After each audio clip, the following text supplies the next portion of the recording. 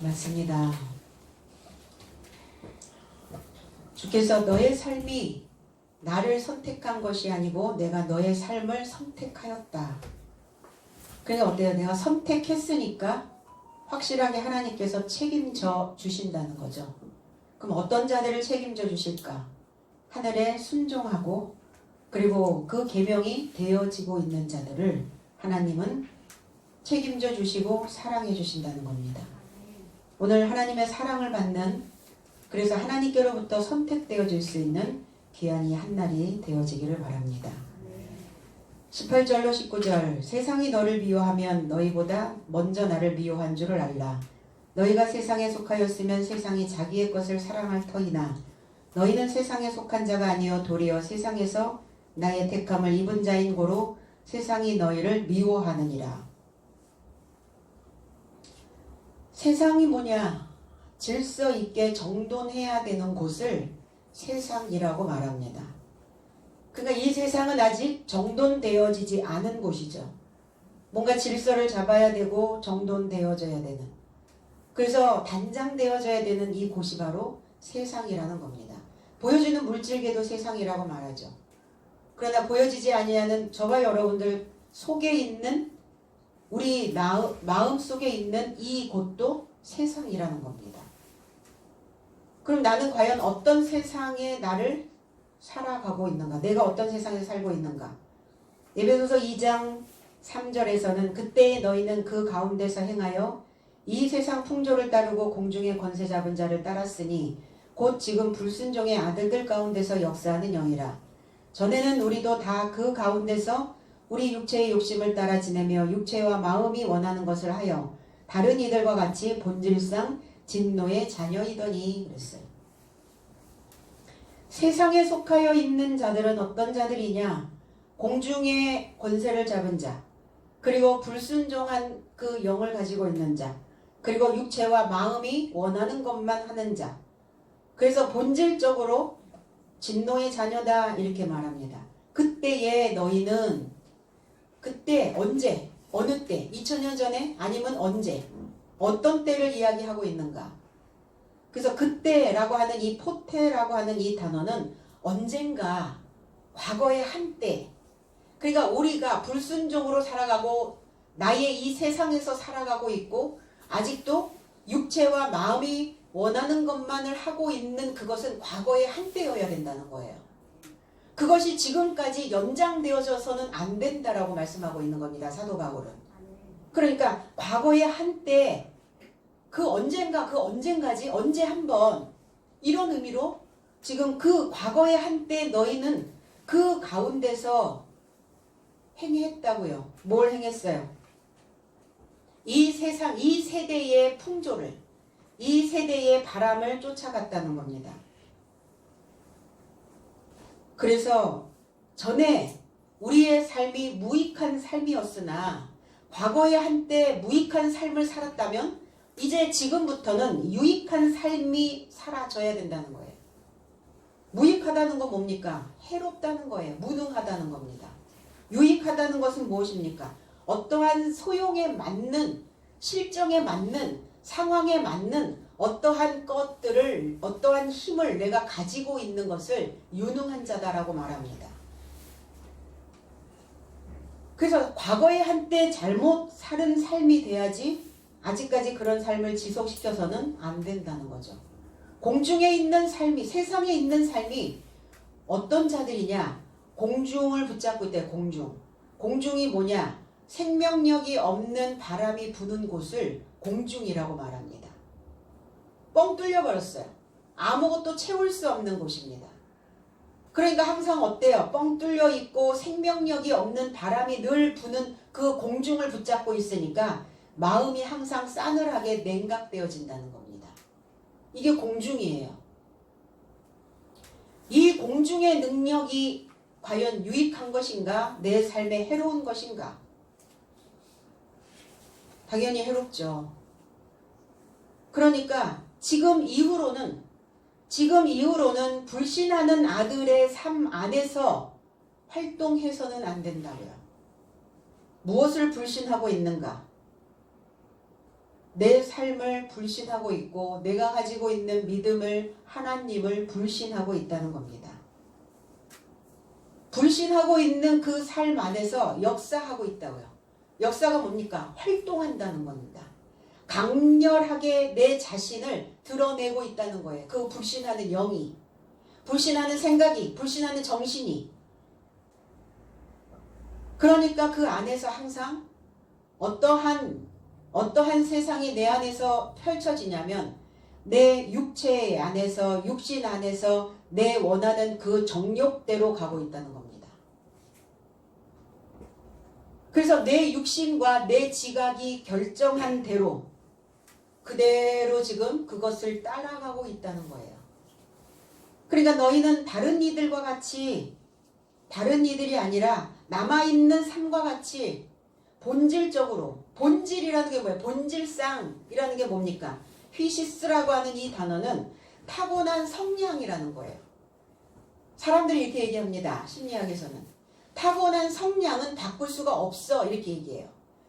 그러나 신학에서는 타고난 성량도 바꿀 수 있다라고 말합니다. 그럼 타고난 기질대로 그냥 살다가 죽을 것인가? 아니면 타고난 이 것들을, 이 본질들을 우리는 신앙 안에서, 믿음 안에서 이거를 교체하며 갈 것인가? 오래되고 낡으면 부품 교체를 반드시 해야 되는 것처럼 우리의 믿음이 처음부터 끝까지 일관적으로 지속되어지지는 않는다는 겁니다. 중간중간 교체해야 되는 부품들이 만들어지면 교체하시면 되는 거예요. 아, 이제 교체해야 될 시기가 되었구나라고 생각하시면 되는 거죠. 이 타고났다, 이 본질이라고 하는 것은 뭐냐? 고착되어진 거예요. 그리고 무엇인가 내 속에서 계속 반복적으로 심고 있는 겁니다. 이게 본질이에요. 내 안에 어떤 신조를 주입시키느냐 굉장히 중요한 것들이죠. 그래서 어떤 신조를 내 안에 주입시키느냐에 따라서 우리의 본질은 달라질 수 있다는 거예요. 하나님의 본질로 바꿀 수 있느냐, 아니면 내가 타고난 그 본질대로 그냥 갈 것이냐. 타고난 본질대로 가고 있는 자들은 진노를, 하나님의 그 진노를 발생시킨다는 겁니다. 격분시킨다는 거예요. 부모를 격분하게 하는 자식이 되면 안 되겠죠. 하나님을 자극하는 그 성도가 되어서는 안 된다는 겁니다. 하나님을 자극시키고 하나님을 격분시키게 되면 어떻게 되냐면 하나님의 말씀을 정확하게 분별하지 못하게 된다는 거예요. 분별이 되어지지 못하니까 내 안에서 끌어올라오는 본질적인, 본능적인 그 열정은 남아있으니까 그게 난폭한 열정으로 바뀌어버린다는 겁니다. 그러니까 난폭한 열정으로 이게 바뀌니까 정도를 걷지 못해요. 바르게 걷지를 못한다는 겁니다. 그리고 내 자신의 감정의 흥분으로 인하여 오네시모가 되어지는 삶을 만들어내지 못한다는 겁니다. 오네시모가 뭐냐? 오네시모라고 하는 이 의미는 유익한 자, 이익을 끌어내는 자. 우리는 신앙생활을 왜 하는가? 이익을 얻으려고요. 유익을 끌어내려고요. 그럼 어떤 사람들이, 물질계에서 어떤 인생들이 나에게 유익을 가져다 준답니까? 내가 내 안에서 나에게 유익할 수 있도록, 나에게 이익이 될 수 있는 그 지각을 끌어내야 된다는 겁니다. 그래서 이익을 끌어내는 자는 무엇을 간직하게 되냐면 감사와 기쁨이 내 안에 간직되어진다는 거예요. 감사하죠. 기쁨이죠. 그런데 세상은 그 이익이 되는 기쁨으로 일치될 수 있도록 걸어가는 그 길을 방해한다는 겁니다. 기쁨을 제거해버리고 감사를 소거해버리고, 그러니까 항상 내 안에서 무엇인가 난폭한 그 들끓음만 있게 되어지는 것이에요. 오늘 주님은 이렇게 말씀합니다. 세상이 너희를 미워하는 것은 먼저 나를 미워하는 것이다. 그러니까 미움 받는 거에 대하여 너무 두렵게 생각할 필요 없다. 나만, 너희만 미움받는 것이 아니라 당연히 이 기독교의 정신을 가지고 이 하나님의 말씀을 가지고 걸어가는 우리가 세상에는 미움거리가 되어줄 수밖에 없다. 보여지는 세상도 그렇죠. 보여지지 않는 내 세상도 그렇다는 거예요. 내 세상은 어때요? 내 마음과 육체가 원하는 것만을 하길 원하거든요. 그런데 하나님이 원하는 것을 해야 되다 보니까 내 안에 있는 그 세상은 미워하게 되는 거예요. 왜 그렇게 해야 돼? 꼭 그렇게 해야 돼? 이렇게 내 안에서 무엇인가?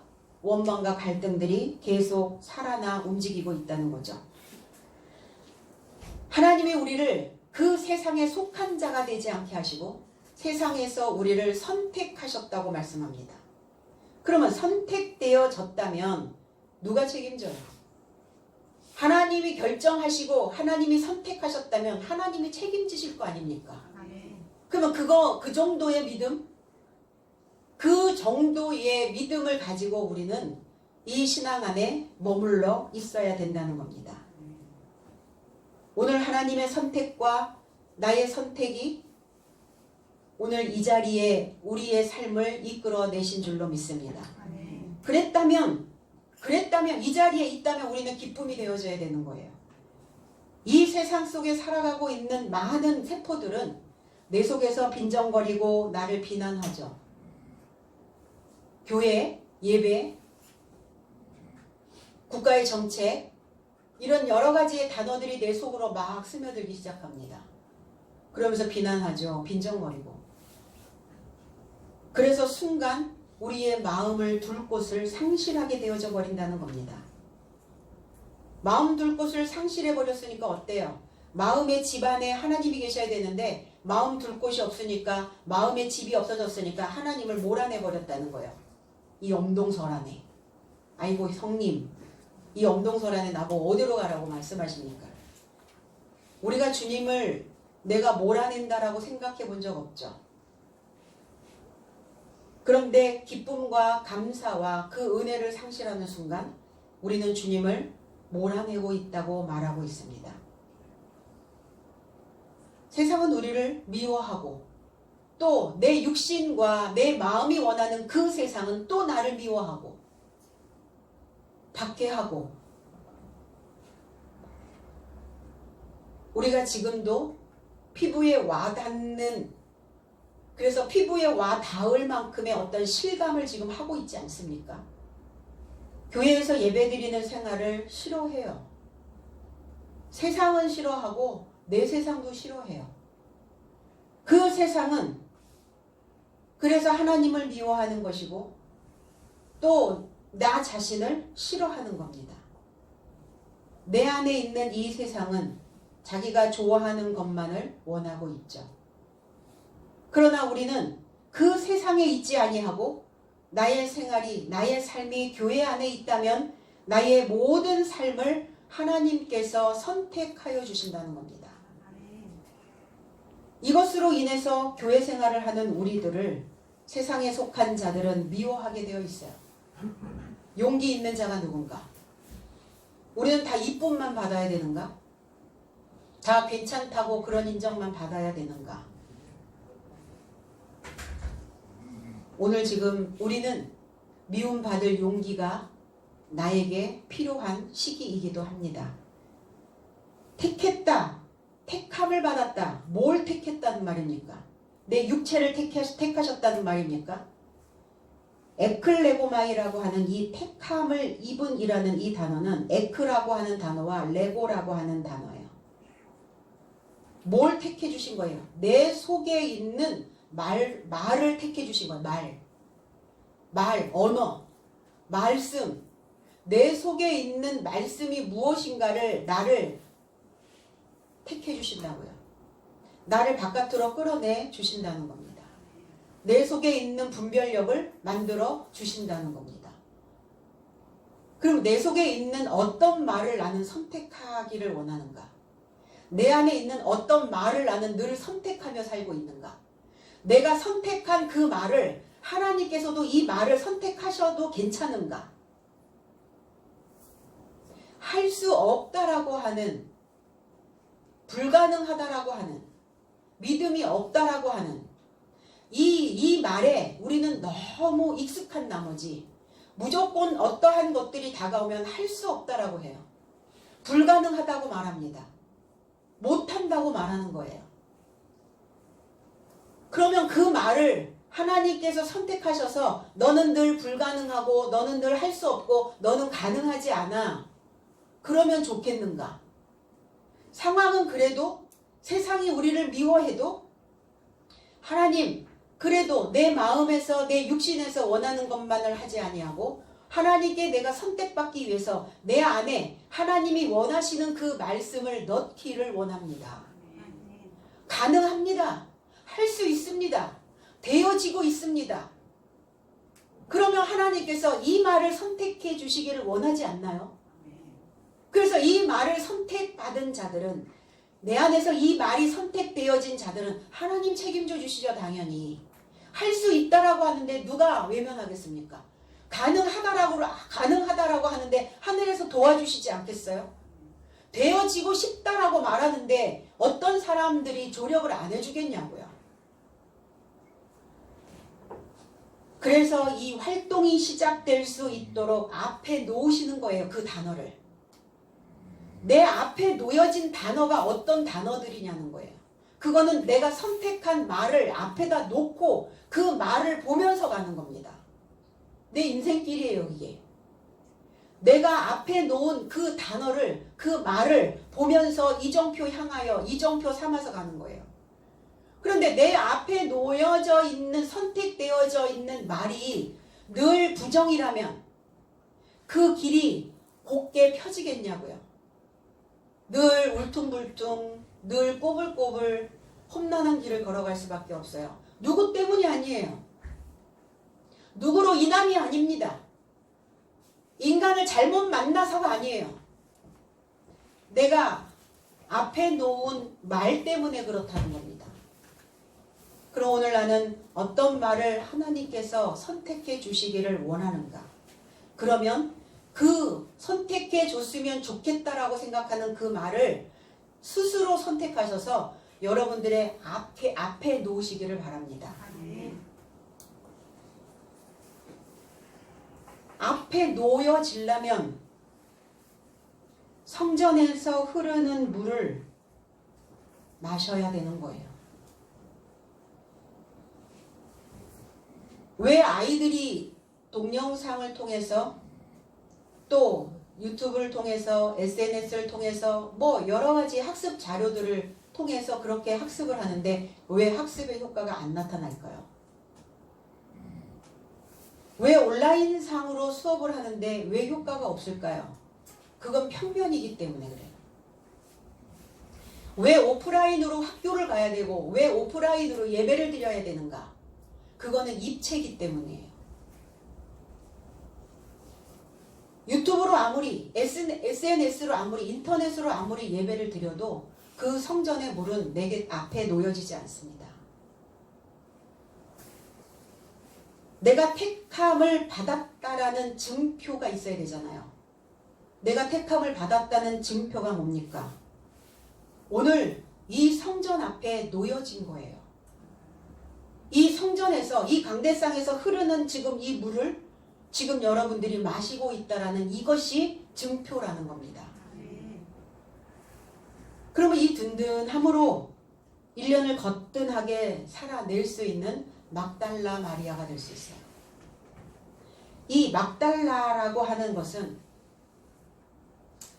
2000년 전에 주님 곁에 있었던, 간음하였던 죄인의 모습으로 있었던 그 막달라가 아니라 이제 변화되어진, 탈바꿈이 되어진, 그래서 이 막달라라고 하는 이 이름은 뭐냐면 탑이라는 뜻이에요. 탑. 탑이 되어지려면 입체화되어져 있는, 입체된 그 설명이, 입체되어진 그 언어가 내 속으로 들어와 줘야 되잖아요. 막달라라고 하는 의미는 아람어예요. 아람어. 그래서 팔레스틴의 한 고을입니다. 막달라라고 하는 그 고을에 살고 있었던 마리아였어요. 그러니까 우리는 뭐 충청댁, 뭐 경상도, 경상댁, 뭐 그 지역의 이름을 따서 어디 댁 이렇게 하듯이 이 막달라 마리아도 막달라라고 하는 고을에 살고 있는 마리아라는 의미예요. 그럼 아람어로 가면 이 미그달이라고 하는 이 단어는 강단이라는 뜻이에요. 강단. 교회의 탑.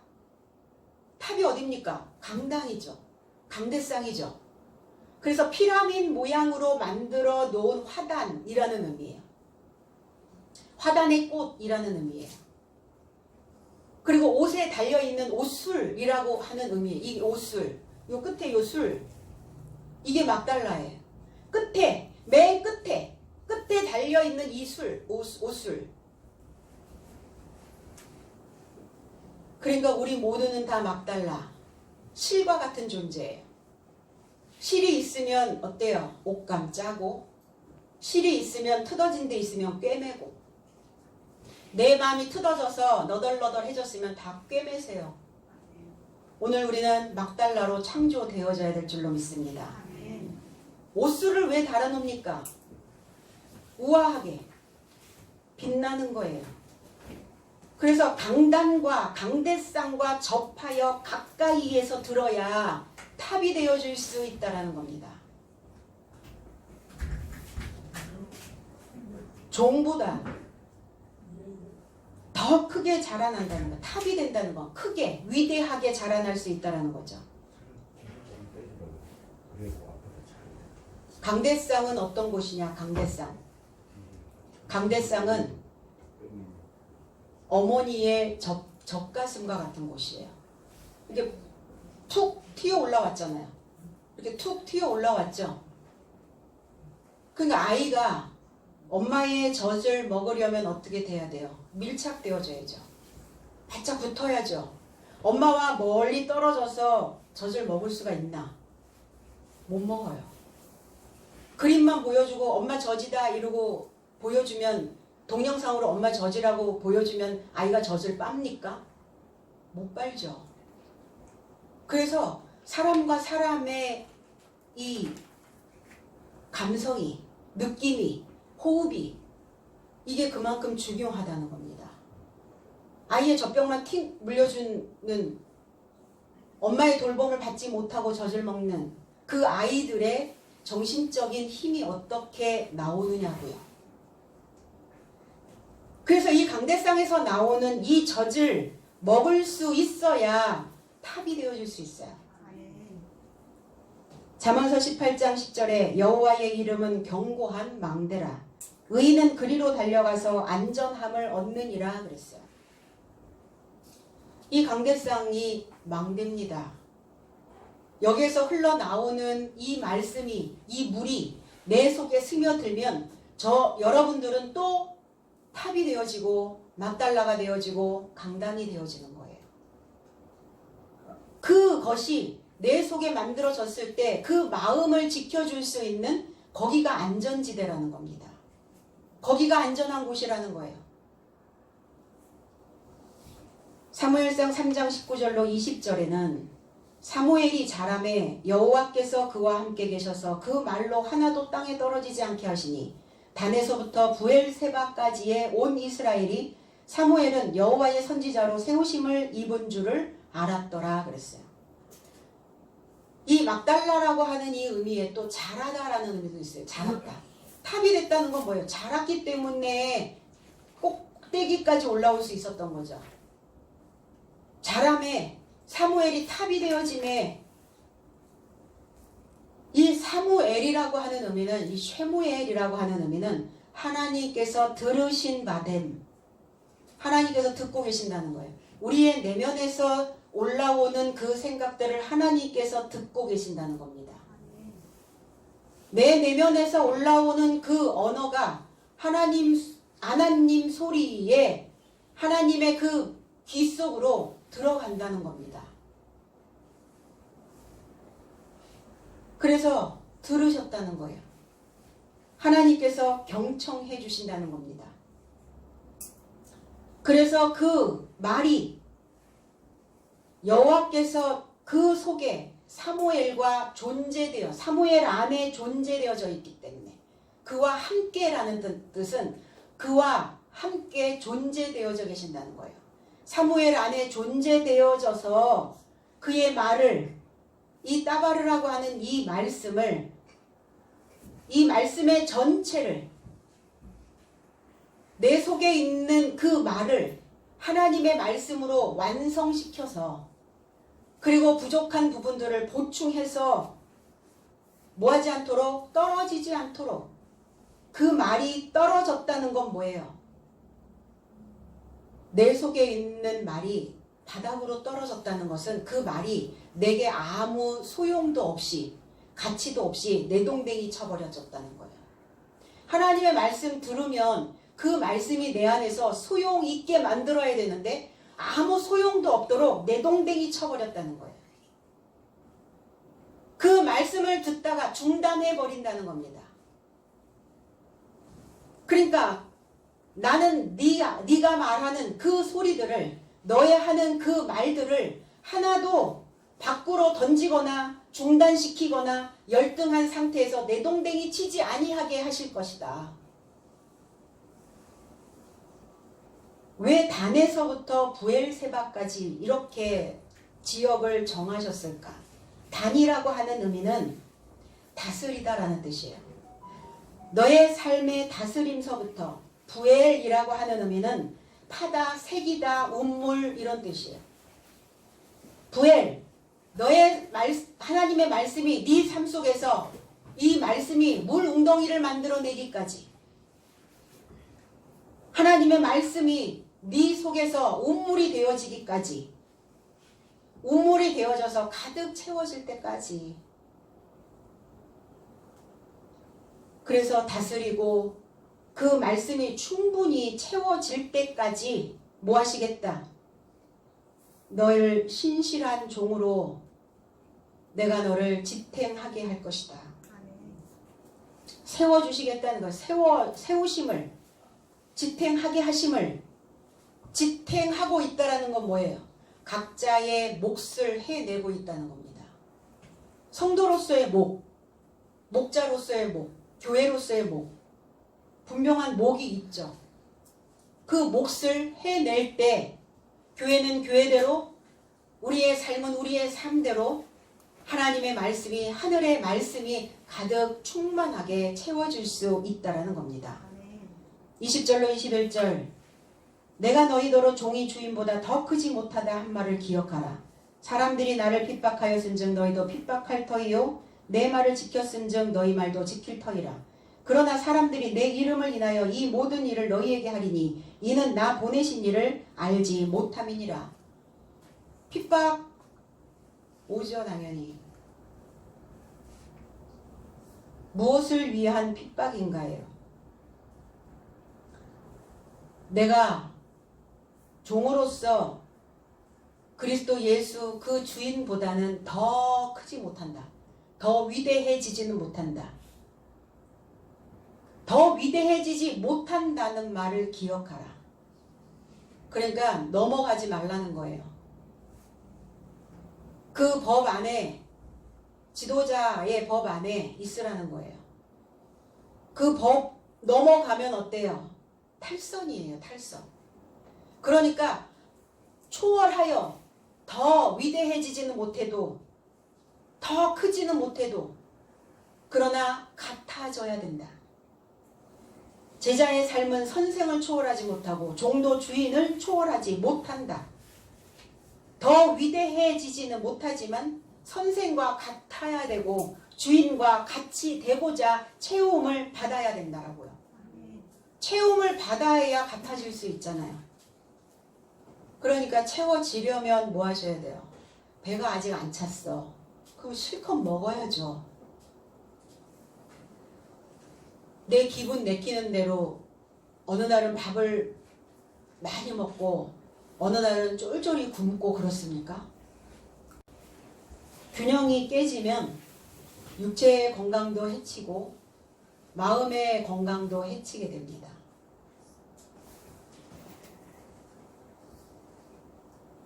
주님과 같아져야 주님은 우리를 선택하셔서 책임져 주시고 동행해 주실 수 있다라는 거예요. 그래서 나를 보호해 주는 그 마음의 안전장치가 만들어지는 겁니다. 그때 비로소 위태롭지 않도록. 그래서 하나님의 산성으로 나를 끌어올리시는 거예요. 풍성한 하나님의 그 말씀이 나의 삶을 또 기름지게 하고, 그리고 높은 데 앉힌 그 탑에 앉혀있는, 높은 곳에 앉아있는 자는 불안하지 않아요. 하늘에 앉힌 바 되어져 있는 자들은 두렵지 않습니다. 세상이 우리를 핍박해도, 세상이 우리를 미워해도 그거를 감수하고 갈 수 있다는 겁니다. 그러니까 자신감이 회복이 되겠죠. 자신감이 회복이 되어지면 웅크려져 있었던 그 마음이 펴지는 거예요. 개를 훈련하는 조련사가 이렇게 얘기합니다. 주인에게. 어깨 딱 피세요. 가슴 피세요. 개를 훈련시키시려면 주인이 당당해야 합니다. 쪼그라붙어 있어서는 짐승같이 날뛰는 그 개를 훈련시킬 수 없습니다. 내 마음이 쪼그라붙어 있어서는, 내 어깨가 늘어져 있어서는, 내 마음이 붙어 있어서는 내 속에서 날뛰고 있는 그 본질적인 성향들을 길들여낼 수가 없다라는 거예요. 쭉 피세요. 하늘이 우리를 보고 계시잖아요. 하늘의 도움 없이 지금까지 왔겠습니까? 앞으로 갈 수 있겠습니까? 하늘 도와주신다고요, 하나님이. 저들의 삶이 나를 핍박하였은즉 너의 삶도 핍박할 것이다. 핍박, 박해, 디오코라고 하는 단어예요. 무엇이 우리를 핍박하고 있는가? 누가 핍박해요? 누가 우리를 가둡니까? 내 안에서 어떤 강력한 생각이 내 안에서 떠나질 않는 거예요. 어떤 강력한 생각이 반복적으로 계속 떠나가지 않고 있는 이것이 나를 핍박하는 거예요. 이게 핍박이에요. 외부에서 오는 핍박? 그거는 일회성이면 끝나고 이회성이면 끝나요. 그러니까 뭘 먹어야 돼? 하나님의 말씀을 먹어야 되는데 잔뜩 겁만 먹고, 그리고 신앙이 없는 생각들을 늘 내가 시중 들고 있으니까 겁먹은 생각, 믿음이 없는 생각, 그 말들을 계속 내가 시중 들고 있다고요. 그러니까 스스로 자기 스스로 자신을 박해하고 있는 거예요. 주님이 오셨을 때도, 종교 개혁이 일어날 때도 핍박은 있었어요. 종교적 핍박 있었습니다. 시대마다. 어떤 핍박이었나? 주님이 오셨을 때 유대인들이 했던 핍박이 뭐였어요? 제발 너희들 겉으로 믿지 마, 겉으로. 속으로 믿어야지. 사람들이 살아가는 힘은, 원천은 속에서 나오는 거기 때문에. 밖에 있는 환경이 아무리 좋아도 속에 있는 환경이 나쁘면 온통 내 모든 삶 자체가 다 온통 더러워지는 거예요. 표면에서 이면적 신앙으로, 유대교에서 기독교로 핍박 옵니다. 그런데 무엇을 위한 핍박인가를 알아야 내가 개혁을 할 수 있지 않겠습니까? 겉으로 보여지는 신앙, 아니면 일상생활에서 만들어지는 신앙. 그러니까 보여지는 신앙과 일상 일상생활의 신앙의 이 틈이, 괴리감이 너무나 넓은 거예요. 교회에 오면 신앙인인데 일상으로 돌아가면 신앙인이 아니네. 말씀을 들을 때는 믿음이 있는데 일상생활에서는 믿음이 없네. 믿음이라는 것은 거창한 게 아니에요. 내가 얼마만큼 내 일상생활에서 이 믿음 생활을 지탱하고 돌파하고 갈 수 있는가예요. 그러니까 내 일상은 잔뜩 겁먹고 있고 그러한 모습으로 내 속은 어때요? 겁먹고 있는 그 신앙은 믿음이라고 하는 것이 다 산산조각 나버리거든요. 붙잡을 데가 없는 거라. 붙잡을 데가 없어. 공중? 뭘 붙잡아요? 어딜 붙잡겠어?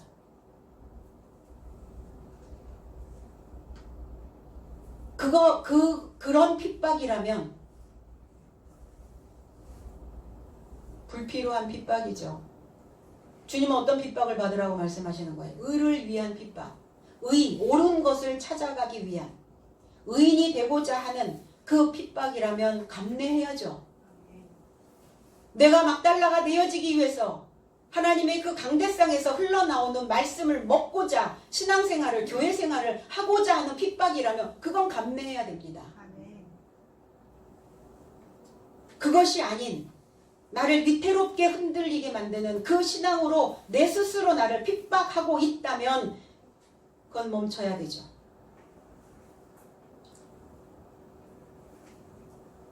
그래서 덫에 걸려 갈 바를 알지 못하고 있다면 그 사상은 그만 마셔야 돼요. 그건 원샷 잘하더라고, 원샷. 어? 부정적인 생각은 어떻게 그렇게 원샷을 잘하시는지. 스스로 어떤 박해를 견디고 계신가요? 나는 무엇을 위한 박해를 받고 있는가요? 일상생활에서 신앙생활을 하고자 하는 우리에게 내가 살아남기 위해 그 십자가의 길을 가기 위해 받는 박해 당연히 있어야 된다는 거예요. 그래서 제발 원샷 하지 마시고 텐샷. 텐샷은 뭐냐면 십자가의 도. 나를 부유해지게 만드는 텐. 그 십자가, 그 텐샷 좀 하시라고요. 텐샷. 부정적인 그 말로 원샷 하지 마시고 10번의 기회, 십자가의 기회를 스스로 나 자신에게 제공해 줘야 된다는 겁니다. 그래서 그 십자가의 길을, 그 텐샷을 원하는 그것을 제공해 주는 그 자는 사람들의 추적을 피해갈 수가 없다라고 말합니다. 텐샷을 하기를 원하는 자들은 사람들의 핍박을 피해가지 못한대요. 너 오늘 또 이렇게 됐단 말이야. 오늘 또 텐샷하고 왔냐? 이런단 말이에요. 교회생활, 신앙생활, 일상생활 그게 다 따로따로입니까? 신앙생활과 교회생활과 일상생활이 어떻게 다 따로 있을 수 있어요? 다 같은 것이죠. 그래서 우리의 믿음이 일상의 믿음으로 드러나야 많은 사람들은 우리를 보고 그냥 묵묵히 소신껏 우리의 그 길을 걸어가는 참된 그리스도인이라고, 참된 그리스도의 사람이라고 그렇게 인정해 줄 수 있다라는 겁니다. 내가 하나님의 믿음을, 하나님의 말씀을 지키고 있다면 나의 일상생활의 믿음도 지키고 있는 것입니다.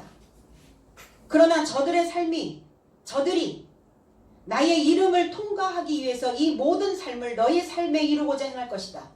저들이 나를 보내신 이를 알아본 것이 아니다. 그리스도를 알아본 것이 아니다. 그리스도인들을 알아보는 것이 아니다. 그렇기 때문에 분명히 너희들에게도 그 핍박을 하게 될 것이다. 예수, 크리스찬, 교인, 그 이름이라는 것은 힘입니다. 힘이에요. 권능이고 권세입니다. 교회는 다니는데 이름값도 못하는, 그리스도인이라고 하는 이름값도 없는, 이름도 없는, 여전히 아무 이름도 지어지지 않은 내 삶이면 안 된다는 거예요.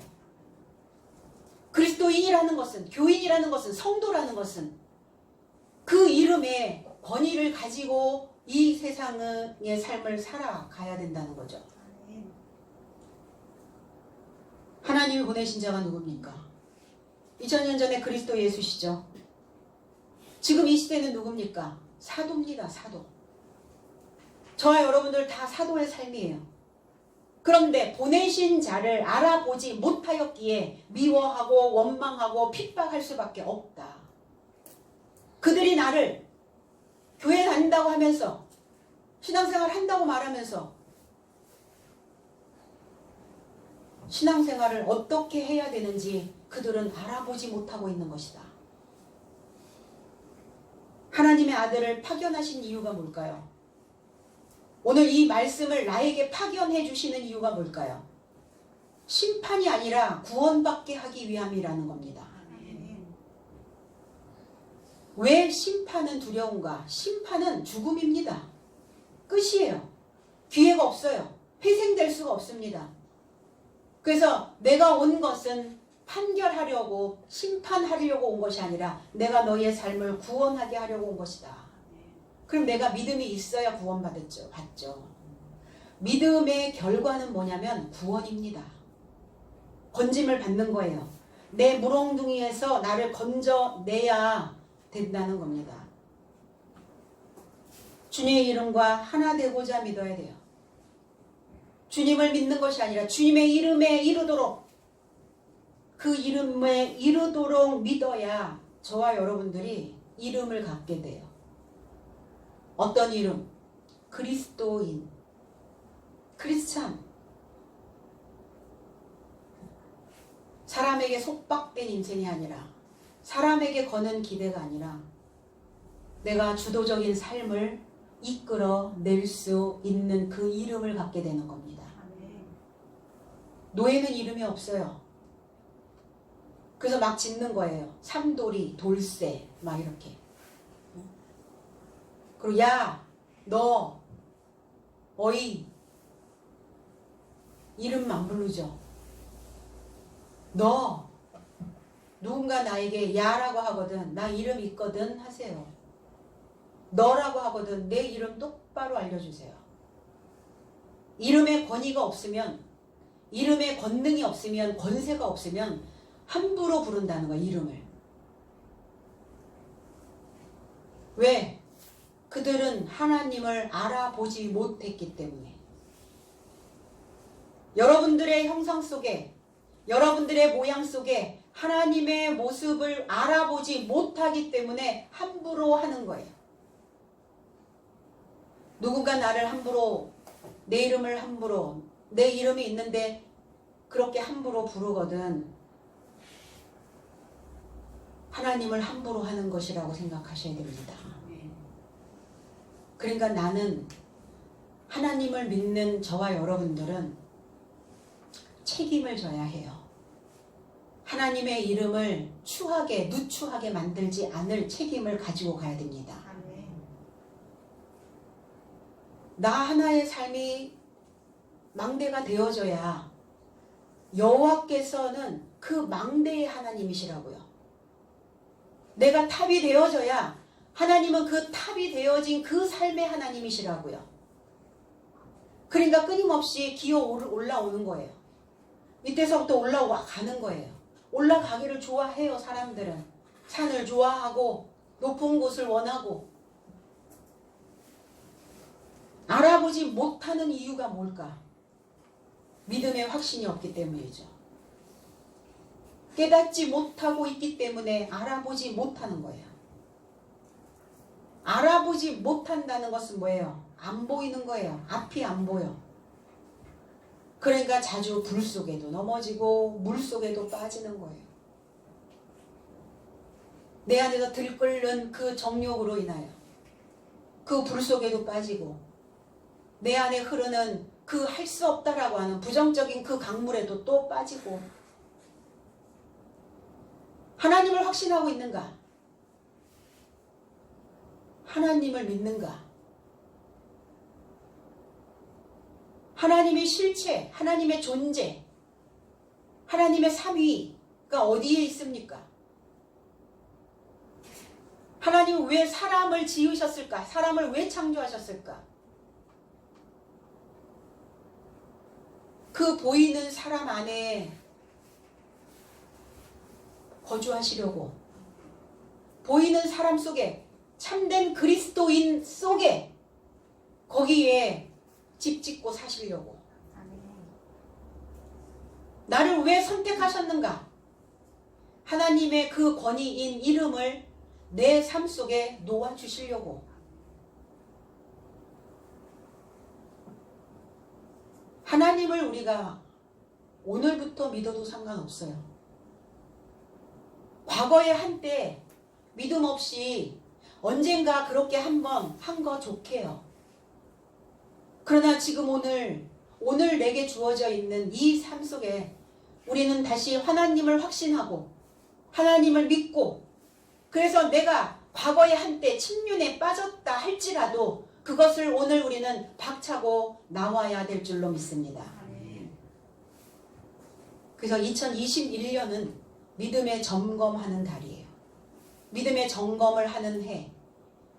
왜 20일이잖아요. 둘이서 하나 될 수 있느냐에.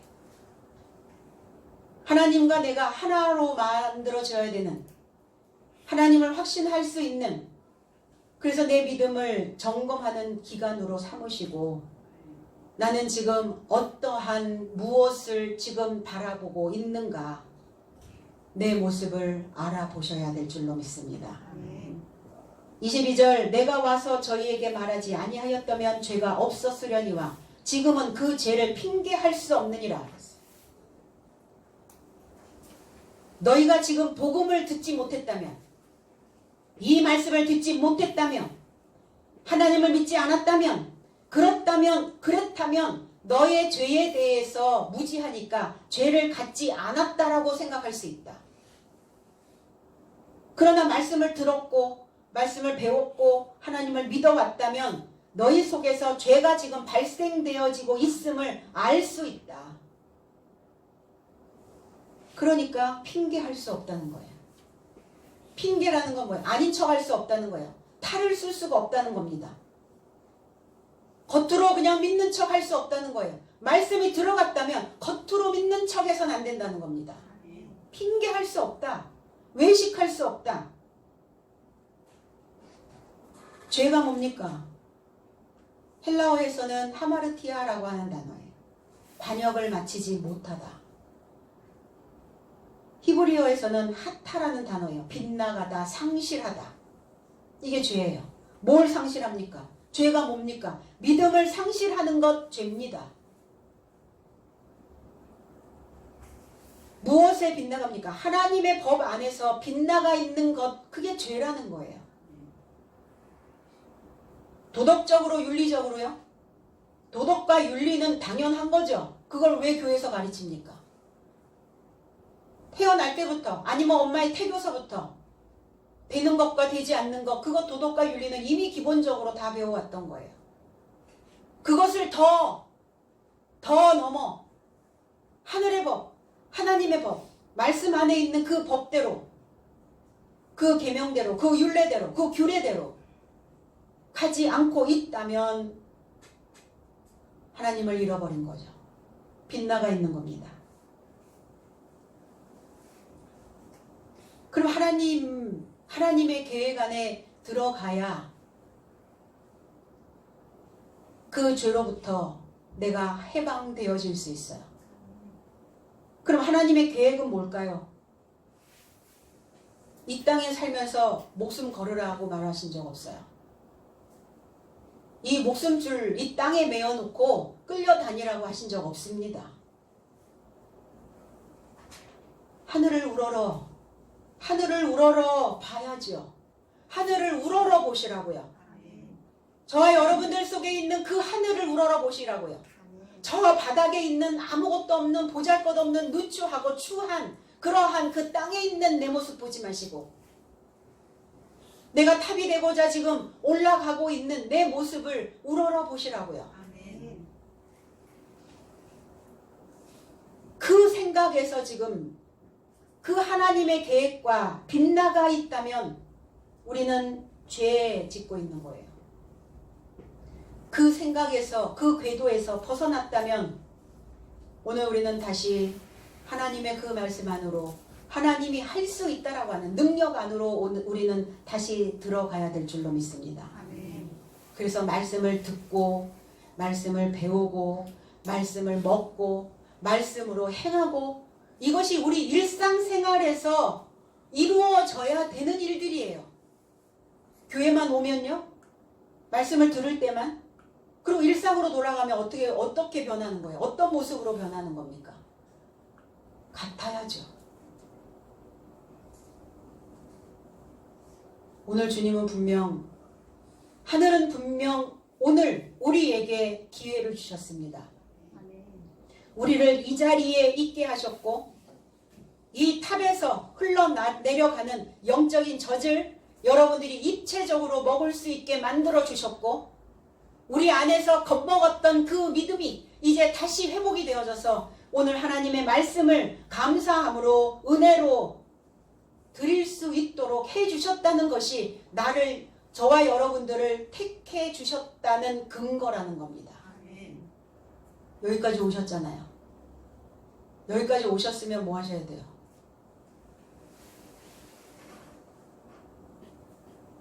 다 들어와야죠. 몸이 들어왔으면 마음도 들어오셔야 돼요.